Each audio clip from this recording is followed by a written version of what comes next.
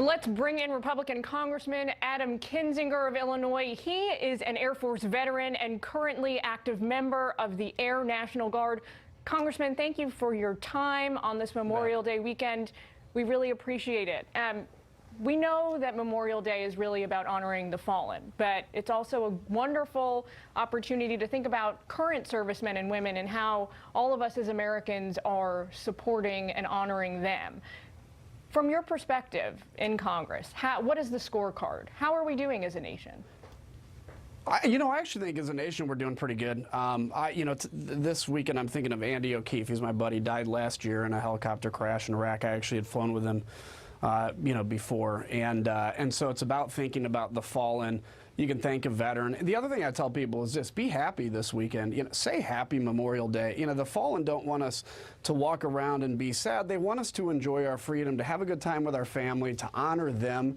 And so have a good time this weekend. And as a country, look, I think, you're there on the mall. You look around at all the areas that we honor people that have fallen in every war. You look at Congress. I think we make a lot of mistakes in honoring them, but we're, writing checks and doing what's necessary to take care of folks. Can we always do better? Yeah, but if you look at like any other country in the world and compare it to the United States of America, we're a country that because of what we went through in Vietnam and what, by the way, that's the generation I appreciate the most because of what they went through that made it better for us. So, in light of that, great news. Wonderful to hear somebody being optimistic and to hear an honest assessment like that. When you look at your colleagues on both sides of the aisle in Congress, do you feel there's a political divide when it comes to veterans issues writ large, or do you think people are doing a pretty good job of rallying together, rallying around our nation's veterans?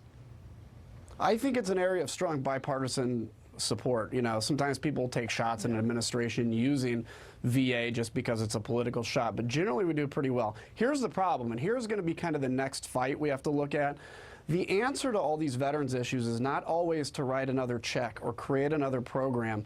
What we have to look at now is how do we make sure people are getting the help and the support that they need, but also not turning them into victims. People that come back from war, maybe they have PTSD. By the way, that can sometimes be healed and helped.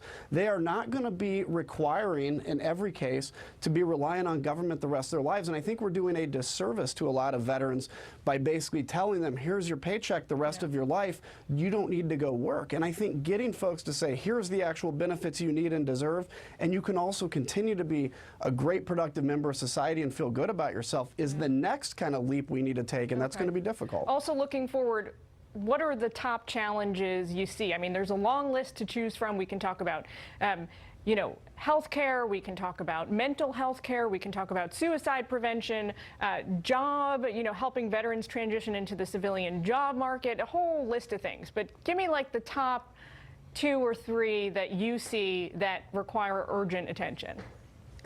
I think it's going to be things like mental health. It's going to be, making people feel like they have a purpose. You come back from basically being the most intense you've been when you're in a conflict zone, and then coming back to a country and, going to the Walmart and shopping is a very different thing than being on a battlefield, and that's sometimes what's hard to deal with. And so I think that right now the VA is dealing with still a lot of Vietnam and Korean War veterans. So when my generation, turns 60, 70 years old and really floods the VA system, that's going to be a big issue too. So it's making sure we get the right healthcare to the right people, and doing it in a way that says you're not a victim, you're a tough warrior. You're people that went and defended this country in a tough area. You can continue to be a tough warrior, but we'll give you the help you need in the process. A message of empowerment and optimism. Congressman, thanks so much for your time today. We wish you and your family a reflective Memorial Day weekend. Thank you.